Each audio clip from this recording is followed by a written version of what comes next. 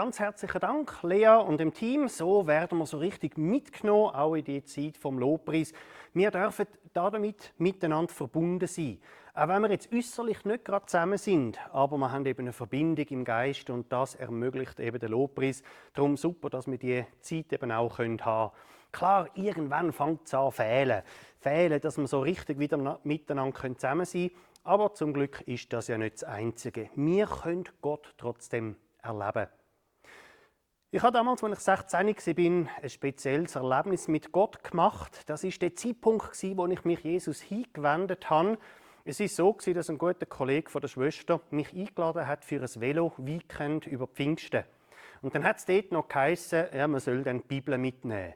Ja gut, nimmst halt die Bibel mit, ich habe ja nichts gegen Gott, warum auch nicht? Ich bin ja vor allem wegen dem Velofahren gegangen. Ja, und da bin ich dort in das Weekend gegangen und habe etwas ganz Spezielles erlebt. Die Leute untereinander haben sich freuen, wenn der eine etwas gut gemacht hat. Und das war für mich komplett neu, weil in der Schule hatte ich immer so Konkurrenzkämpfe gehabt. Ich wollte der Beste sein, aber es ist eben gerade nicht so gegangen. Und ich habe dort jetzt erlebt, dass das tatsächlich anders war. Und an einer der beiden Übungen haben wir dann so eine Gebetsrunde gemacht. Jeder, der wollte, hat da beten. Ich habe natürlich nicht gebetet, habe das so nicht gekannt. Aber dort ist so richtig ein Frieden, eine Ruhe über mich gekommen und das hat mich fasziniert. Und ich habe mir gesagt, das, was die da haben, das ist etwas Spezielles, das möchte ich irgendwo auch haben. Klar, im Nachhinein würde ich sagen, das ist der Heilige Geist, der da angeklopft hat bei mir, aber das konnte ich damals natürlich nicht einordnen. Ja, und dann ein paar Tage später bin ich von dieser Gruppe eingeladen worden in eine Grossveranstaltung. Ein paar tausend Leute waren dort und jemand hat so Grundlagen von der Bibel erzählt. Und ich bin dann dort hingegangen, die nächsten 4 Übungen auch noch gerade hingegangen. Das hat mich fasziniert, das können zu verstehen, was sagt da die Bibel. Und derjenige, der da predigt hat, hat jeden Abend gerufen, die Leute, die ihr Leben Jesus möchten anvertrauen, die sollen führen zur Bühne kommen. Und dann bin ich am 5. Abend auch dort führen. Und dort habe ich die Wiedergeburt erlebt. Wiedergeburt, das Thema, das wir jetzt auch gerade als Predigt miteinander anschauen. Das hat mein Leben echt verändert. Und ich habe etwas festgestellt. Gott, der in der Bibel beschrieben ist nicht einfach einer, ja, das ist seit 2000 Jahren her, da kann man nichts mehr erleben, sondern ich habe Gott heute erlebt und seitdem immer wieder. Aber das, was ich erlebt habe, ist genau das, was auch die Bibel beschreibt. Die Bibel ist voll von Berichten von Menschen, die eben Gott erlebt haben. Und einer von denen, der damals Gott erlebt hat, wenn wir jetzt mal ein bisschen rauspicken, das ist nämlich der Nikodemus. Der Nikodemus, das ist einer der Oberen der Juden, also von der High Society dort bei den Juden. Der hat das Alte Testament nämlich schon gut gekannt. Das ist ein religiöser Führer und darum die Schriften, die bis da von der Bibel schon da sind, eben die Schriften vom Alten Testament bis zum Zeitpunkt, wo Jesus gekommen ist, die Schriften hat er gut gekannt. Und dort drin steht nämlich, es wird eines Tages ein Messias kommen. Das war präsent dort bei den Juden. Und es steht auch im Alten Testament, dass Gott ein Reich aufbauen wird. Also, das hat der Nikodemus gewusst. Und jetzt erscheint Jesus. Und Jesus erzählt genau von dem Reich, wo im Alten Testament steht. Und der Nikodemus hat gemerkt, das könnte der verheißene Messias sein. Also das nimmt mich Wunder. Wie ist jetzt das Ganze gegangen? Er hat Jesus gern persönlich fragen. Er hat auch die Zeichen und Wunder gesehen, die Jesus gemacht hat, so dass er sich gesagt hat, jetzt gar nicht zu Jesus. Er hat nur ein Problem gehabt. Seine Kollegen, die da unterwegs waren, die sind natürlich gegen Jesus gewesen. Weil wenn Jesus wirklich der verheißene Messias gewesen wäre, ja, dann hätten sie ja da ihre Macht abgeben. Und dann hat er sich gesagt, ja, ich gehe in der Nacht zu Jesus, dann merkt es niemand. Und jetzt kommt er zu Jesus und fragt, du Jesus, wie ist das nochmal? Kannst du mir das nochmal genau erklären?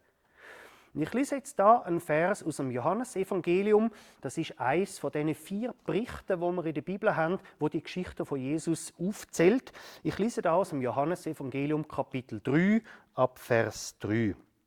Da sagt Jesus zu Nikodemus: Wenn jemand nicht von Neuem geboren wird, so kann er das Reich Gottes nicht sehen.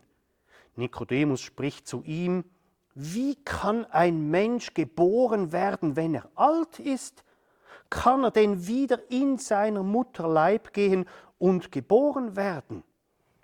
Ja, also das hat er jetzt definitiv nicht verstanden. Oder wenn Jesus von einer Wiedergeburt redet, von Neuem, nochmal geboren werden, hat er sich das buchstäblich vorgestellt. Also ich kann doch nicht klein werden, nochmal in Mutterleib und dann nochmal geboren. Also das geht doch nicht. Wie soll denn das sein? Hat er jetzt gerade überhaupt nicht mehr verstanden. Ja, er hat so verstanden, dass er die Aussage von Jesus buchstäblich genommen hat. Ja, er hat es so verstanden, was Jesus gesagt hat, wie er das ganze Alte Testament gelesen hat. Die Juden damals haben das ganze Alte Testament konsequent buchstäblich gelesen. Das heißt, wenn da von einem Reich, vom Reich Gottes die Rede ist, haben die Juden gedacht, das Reich, das ist dann ein politisches Reich. Also da gibt es Grenzen, da gibt es Militär, da gibt es einen König, so und so läuft das ab. Aber gerade weil sie alles konsequent buchstäblich ausgelegt haben, sind sie genau am Messias vorbeigelaufen. Sie haben Jesus nicht als Messias erkannt. Weil das Reich, das im Alten Testament berichtet wird, verheißen wird, das ist ein Reich, das ist sehr wohl gekommen, aber es ist eben ein Friedensreich im Herz drin und nicht äußerlich. Das heißt, ja, das Reich kommt, aber auf geistlicher Ebene, nicht äußerlich. Und so ist es jetzt eben auch mit dieser Wiedergeburt. Das ist nicht etwas, das äußerlich stattfindet, sondern das ist eben etwas, das im Geist stattfindet. Und das hat er schlichtweg nicht kapiert. Gut, für uns heute ist es natürlich einfacher, weil wir nach den Evangelien ganz viele Briefe haben vom Apostel Paulus. Und dort steht das eben drin, wie man das Alte Testament muss interpretieren muss. Für uns ist das darum etwas Einfaches.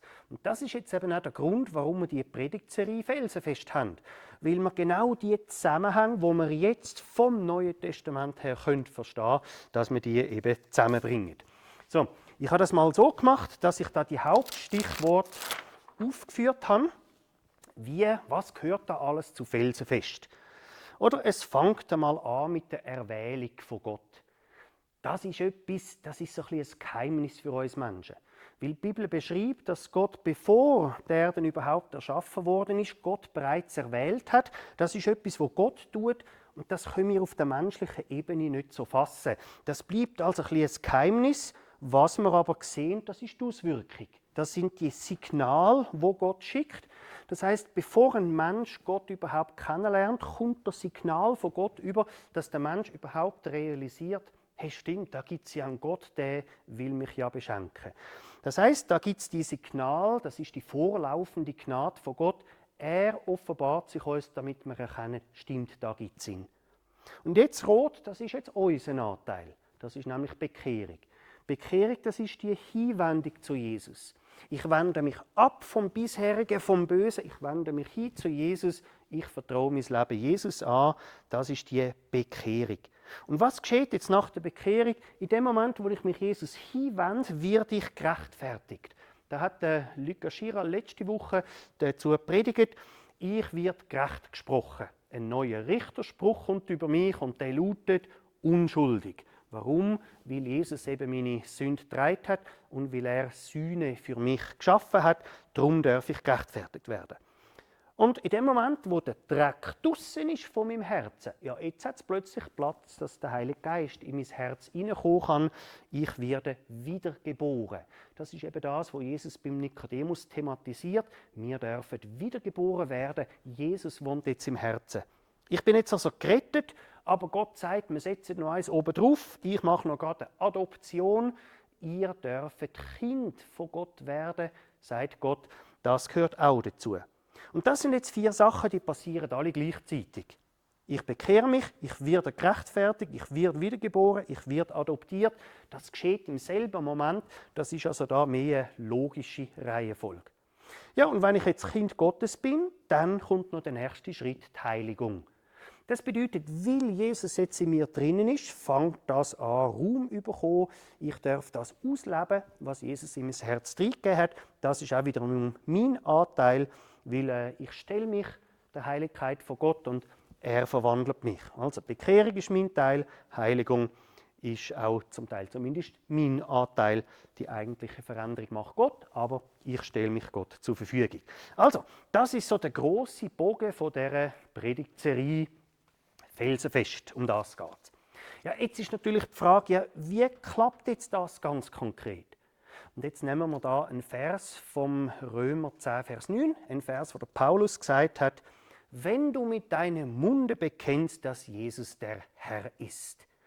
Also, da geht es ums Bekenntnis. Es geht darum, wir bekennen, dass Jesus Herr, also dass er Gott ist.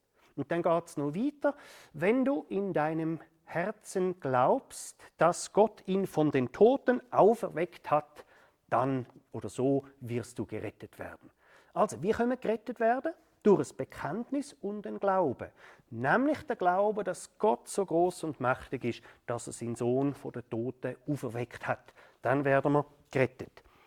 Jetzt möchte ich diesen Vers ein bisschen in weiteren Kontext hineinstellen und mache da mal so ein bisschen Zeichnung, dass wir verstehen, ja, was geschieht jetzt da bei der Wiedergeburt. Nehmen wir mal an, das ist Gott. Ganz am Anfang in der Bibel, der erste Vers, dort steht, am Anfang schuf Gott Himmel und Erde. Das heißt, Gott wird einfach vorausgesetzt. Da wird nicht beschrieben, wie er dazu gekommen ist, aber am Anfang schuf Gott. Und jetzt läuft da die Zeitachse durch. Und ganz am Anfang in der Bibel steht, dass Gott in 7 Tagen die Welt erschaffen hat. So hat es mal angefangen. Und jetzt steht da auch in den ersten beiden Kapiteln, dass Gott den Mensch zu seinem Ebenbild geschaffen hat. Das heisst, gewisse Sachen, zum Beispiel die Verantwortlichkeit, das ist gleich. Der Mensch ist schon ein bisschen kleiner, aber doch in seinem Bild geschaffen. Nehmen wir mal an, das stimmt effektiv. Nehmen wir mal an, so wie das in der Bibel steht, ist es effektiv so gewesen. Ja, wie müsste denn der Mensch sein, wenn er so im Bild Gottes geschaffen ist? Respektive, wir können andersrum fragen. Ja, wenn wir jetzt in die Welt hineinschauen, wie ist denn der Mensch heute? Und wir merken, oh, da ist etwas nicht mehr ganz so, wie es ursprünglich war. Der Mensch läuft davon. Es ist nämlich so, dass Gott ein einziges Gebot gegeben hat, von dem Baum die eine Frucht da nicht zu essen. Aber der Teufel war auch da, hat den ersten beiden Menschen gesagt, komm, das geht schon, du kannst sogar sein wie Gott und so weiter. Ja, die ersten Menschen sind darauf hineingefallen und durch das ist jetzt eine grosse Trennungsmauer zwischen Gott und dem Mensch gekommen. Und statt dass jetzt der Mensch weiter mit Gott lebt, lebt der Mensch jetzt eben da unten durch weiter. Und er merkt, etwas stimmt nicht ganz. Es läuft nicht einfach alles rund. Und der eine denkt, wenn ich gute Werke mache, dann kann ich durch meine Leistung vielleicht wieder zu Gott kommen. Ein anderer erfindet vielleicht sogar irgendeine Sekte oder so. Wir probieren, auf die andere Seite zu kommen, aber mit eigener Kraft geht das nicht. Ja, was passiert, wenn so ein Mensch weiterlebt? Und eines Tages stirbt ja der Mensch. Der Tod, der kommt auf alle Mal bei uns zu. Wohin kommen wir dann? Die Bibel sagt, dass wir da ins Totenreich werden kommen. Das ist so ein Zwischenzustand, wo man wartet, nämlich auf den Zeitpunkt, wo Jesus dann wieder auf die Erde kommt. Und da wird dann das Gericht stattfinden. Alle Menschen werden vor Gott erscheinen. Und wenn ich jetzt alleine durchs Leben gegangen bin, ohne Jesus, dann wartet auf mich dann die effektive, ewige Trennung. Oder da könnte man noch schnell sagen, ja, aber ist das ein Gott von der Liebe, der denn da Menschen einfach so trennt? Aber denken wir daran, es ist der Mensch, der das Finstere nicht möchte als Licht bringen. Weil der Mensch hat ja Zeit, das Leben lang. Das Böse, die Übertretungen von der Sünde, oder die Übertretungen von der Gebot, offenbar zu machen, dass Jesus vergeben kann. Aber der Mensch, der das nicht will, der will dann in der Finsternis bleiben. Der Mensch selber zieht sich von Gott zurück und darum ist da die ewige Trennung da. Ja gut, wenn man das so schaut, dann merkt man, das ist nicht eine so happy Botschaft. Aber Jesus liebt Menschen. Und jetzt hat Gott einen Plan entwickelt, dass durch Jesus eine Möglichkeit gibt, dass wir gerettet sein können. Er hat nämlich seinen Sohn, Jesus Christus, auf die Welt geschickt. Und das geschieht mit diesen Festen, die wir ja eigentlich kennen. Also an Weihnachten feiern wir, dass Jesus auf die Erde gekommen ist. Und am Karfreitag denken wir daran, dass Jesus am Kreuz gestorben ist. Und dann ist Jesus 3 Tage bei den Toten, dann wieder auferstanden. 40 Tage war er noch auf der Erde und dann ist er aufgefahren. Nochmal 10 Tage später ist der Heilige Geist gekommen, ab Pfingsten. Und das sind alles so die christlichen Feste, die kennen wir eigentlich auch gut. Wir wissen vielleicht gar nicht mehr recht, was ist dort eigentlich gelaufen. Aber das ist der Zeitpunkt, wo Jesus gekommen ist. Und jetzt, ich mache das mal grafisch so, ist etwas Geniales geschehen. Also wir haben jetzt da auf der einen Seite diese Linie und auf der anderen Seite haben wir aber immer noch die Trennungsmauer. Aber wenn wir jetzt das miteinander kombinieren, dann können wir da gerade das Kreuz anmalen. Was ist nämlich geschehen am Kreuz? Da am Kreuz hat der Vater im Himmel die Schuld der Menschheit auf seinen Sohn gelegt und Jesus ist da gestorben. Er nimmt die Sünde weg, dass wir frei dürfen sein. Und das bedeutet für uns jetzt, dass wir die Möglichkeit haben, uns zu entscheiden. Wir dürfen nämlich umkehren. Wir dürfen uns Jesus zuwenden, nicht mehr den gleichen Weg laufen, sondern jetzt den Weg über Jesus. Wir dürfen unser Leben Jesus anvertrauen. Wir dürfen ihn um Vergebung bitten von der Schuld. Und was passiert dann, wenn ein Mensch diesen Schritt macht? Dann findet eben die Wiedergeburt statt, von dem Jesus dem Nikodemus eben geredet hat. Dann kommen wir auf die andere Seite und dürfen jetzt da mit Jesus leben. Ja, und was passiert, wenn wir jetzt sterben, aber mit Jesus unterwegs sind? Dann dürfen wir in Ewigkeit mit Jesus zusammen sein. Ist dann noch der Zwischenzustand, bis dann das Preisgericht kommt. Das heißt, dort werden wir noch belohnt für das, was wir für Jesus da haben und dürfen dann in alle Ewigkeit mit Jesus zusammen sein. Und jetzt kommt da natürlich eine ganz wichtige Frage: Wo auf dieser Grafik bist du? Weil alle Menschen, 100% der Menschheit, ist irgendwo auf dieser Grafik drauf. Ja, jemand sagt vielleicht, ja, ich bin da irgendwo da unten, ich lebe da mein Leben, das ist alles in Ordnung, interessiert mich gar nicht. Ja, das gibt's. Andere Menschen, die sagen, ja, ich bin da in der Schlaufe drin, ich merke, da ist irgendwie etwas, bin aber noch ein bisschen unsicher. Andere sagen, ja, ich bin da oben, ich habe gerade mein Leben Jesus gegeben, ich habe jetzt die Wiedergeburt erfahren. Andere sagen, ja, ich bin da schon lange mit Jesus unterwegs, die sind vielleicht da vorne. Wo bist du auf dieser Grafik? Jeder Mensch ist da irgendwo. Und jetzt, wenn wir das noch mal ein bisschen näher anschauen, was die Wiedergeburt betrifft, wenn ein Mensch also von Neuem geboren ist, was hat das jetzt für Konsequenzen? Oder? Es war ja so, dass der Nikodemus das nicht so verstanden hat. Ich habe das jetzt natürlich vom Neuen Testament her so mal ein bisschen entwickelt. Der Nikodemus hat dann Jesus gesagt, du, ich verstand es immer noch nicht. Und dann hat er gesagt im Johannes 3, Vers 8, da sagt Jesus, der Wind bläst, wo er will. Und du hörst sein Sausen wohl, aber du weißt nicht, woher er kommt und wohin er fährt. So ist ein jeder, der aus dem Geist geboren ist. Ja, also wie geht jetzt das da mit dem Geist?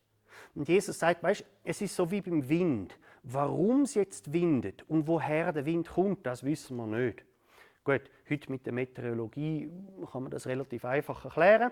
Damals noch ein bisschen schwieriger gewesen, aber Jesus sagt, die Auswirkungen vom Wind, das sehen wir. Also wenn es fest windet, dann knickt der Baum um. Und jetzt sagt Jesus, genau so ist es mit einem Menschen, der wiedergeboren worden ist. Das Ganze, was Gott im Hintergrund tut, mit all diesen Signalen, Rechtfertigung, Wiedergeburt, Adoption, das ist alles für uns als Menschen nicht gleich gut greifbar, aber die Auswirkung davon, die sieht man. Wie lebt es sich nämlich da oben, wenn wir wiedergeboren worden sind? Oder in dem Moment, wo der Schmutz aus unserem Herzen rausgenommen worden ist und jetzt Jesus in unserem Herz drin wohnt, sind wir total erneuert worden. Jetzt lebt der Heilige Geist in uns drin. Vorne, da sind wir Sklaven von der Sünde gewesen.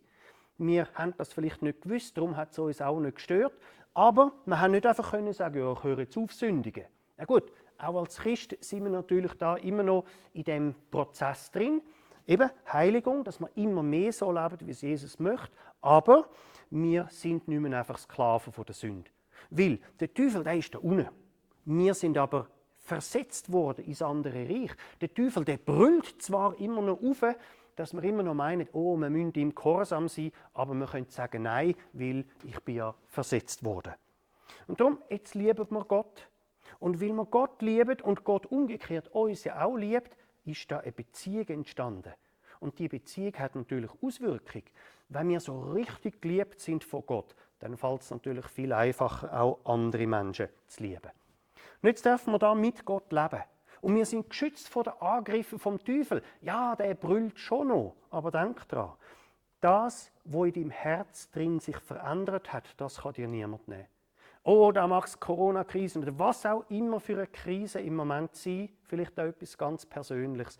Aber das, was Gott in dein Herz hineingesetzt hat, das kann dir niemand wegnehmen. Da kann der Teufel noch so brüllen, das geht nicht. Wir sind geschützt in Gott drin. Und jetzt wächst vom Heiligen Geist her etwas in meinem Herzen drin. Die Frucht vom Geist wächst. In Galater 5,22 steht zum Beispiel, dass Friede, dass Freude, dass Liebe entsteht. Das ist etwas, wo Jesus uns gibt und in dem, das jetzt in uns drin ist, fängt das an zu wachsen. Und das heißt jetzt, dass wir selber zu Menschen werden, die lieben, die freudig sein können, die geduldig sind, die barmherzig sind. All das, wo Jesus ist, wohnt jetzt ja in unserem Herzen drin. Und jetzt, durch die Heiligung, fängt das an zu wachsen, sodass wir selber immer mehr so werden. Ja, es ist so, dass der ganze Charakter sich jetzt durch die Wiedergeburt anfängt umändern. Ja, wenn Jesus gute Werke da hat und er wohnt jetzt in unseren Herzen drin, dann werden auch wir immer mehr anfangen, gute Werke zu tun. Weil Menschen uns wichtig sind und so können wir das umsetzen. Und darum wundert es nicht, dass genau dieser Auftrag, das anderen Menschen zu erzählen, der Grundauftrag der ganzen Kirche überhaupt ist. Es geht darum, dass das möglichst viele Menschen dürfen erleben, dürfen erfahren, dürfen begreifen. Und das können wir weitergeben, indem wir einfach vorleben. Das ist so eine Komponente, indem ich das neue Leben, das entstanden ist, einfach ausleben tue. Oder ich tue jetzt eben effektiv gute Werke anderen Menschen gegenüber, so dass die entdecken, hey, da gibt es einen liebenden Gott. Wenn die das so erlebt haben, kann ich doch das auch erleben. Oder wir erzählen anderen Menschen, vielleicht sogar mit einer Skizze, wie das da gelaufen ist. Oder wir beten für andere Menschen. Wir bitten darum, dass der Heilige Geist übernatürlich ein Wunder tut an den Menschen. Also, das ist der Grundauftrag, den die Kirche überhaupt hat. Und darum, das, was man da redet, das ist nicht einfach etwas, was man theoretisch weitergibt, sondern das ist etwas, was dich persönlich ganz direkt betreffen kann. Weil du hast heute die Möglichkeit zu sagen, jawohl, ich will den Wechsel machen. Ich werde am Schluss von der Predigt das Gebet sprechen, wo du im Herzen anbeten kannst, so dass der Schritt da von der Bekehrung für dich Realität wird und dass du eben wiedergeboren werden kannst. Und was bedeutet die Botschaft für Menschen, die jetzt da wiedergeboren sind, die vielleicht schon lange unterwegs sind mit Jesus? Ja, das hat große Auswirkungen. Ich nehme da dazu den Vers von Paulus aus dem Galater 2, Vers 20. Dort steht nämlich, nicht mehr ich bin es, der lebt. Nein, Christus lebt in mir. Und solange ich noch dieses irdische Leben habe, lebe ich im Glauben des Sohnes Gottes. Also er sagt, das, was ich jetzt lebe, das mache ich nicht mehr aus mir selber, sondern ich lebe aus dem Zustrom von Gott. Der Glaube kommt sogar von Gott. Alles nehme ich von Gott. Ich beziehe mich immer auf das, was Gott in meinem Herzen verändert hat. Und so dürfen wir uns als Wiedergeborene immer wieder neu ausstrecken nach dem Geist. Dass der Geist in uns noch mehr Raum überkommt, dass er sich noch mehr entfalten kann. Und das bedeutet eben auch, dass ich all meine Umstände jetzt von Gott her anschauen kann.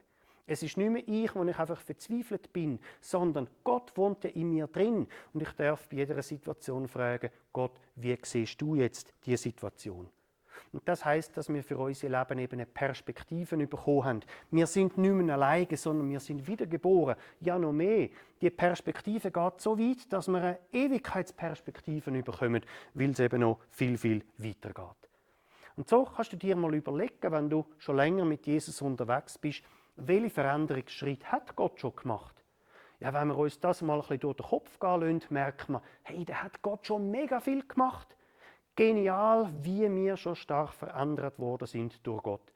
Und vielleicht kommen uns dann dort und dort noch irgendetwas in den Sinn, was noch nicht ganz so ist, dass wir schon so leben wie Jesus.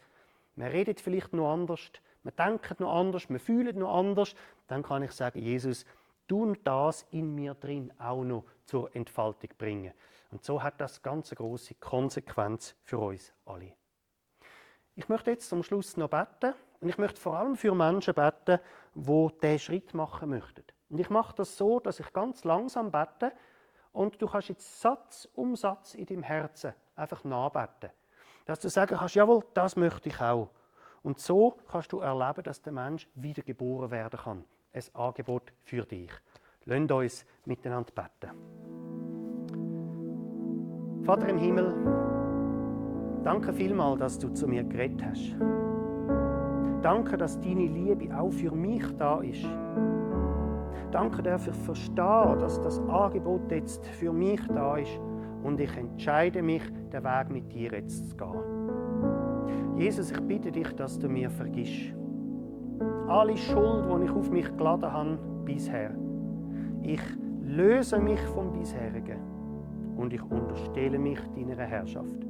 Du sollst von jetzt an sagen, wo es durchgeht. Jesus, mein Leben gehört dir. Danke darf ich wissen, dass du das Gebet erhört hast. Danke darf ich jetzt ein Kind Gottes sein.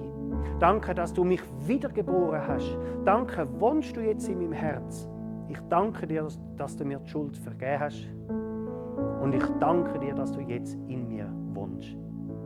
Zeig du mir, was ich tun kann. Zeig du mir, welchen Weg ich zu deiner Ehre gehen kann. Danke vielmals.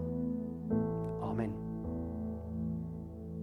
Wenn du das so mitgebetet hast im Herzen, dann kommt es nicht einmal so darauf an, genau welche Worte du gebraucht hast. Dann darfst du wissen, ich bin jetzt von der unten übergewechselt, ich bin jetzt ein Kind Gottes.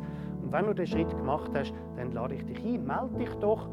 Im YouTube unten haben wir ganz viele Links, dort kannst du dich gerne bei uns in der Gemeinde melden und wir werden Kontakt mit dir aufnehmen, dass du gestärkt wirst auf dem neuen Weg. Ich wünsche dir Gottes Segen für diese Woche und darüber aus.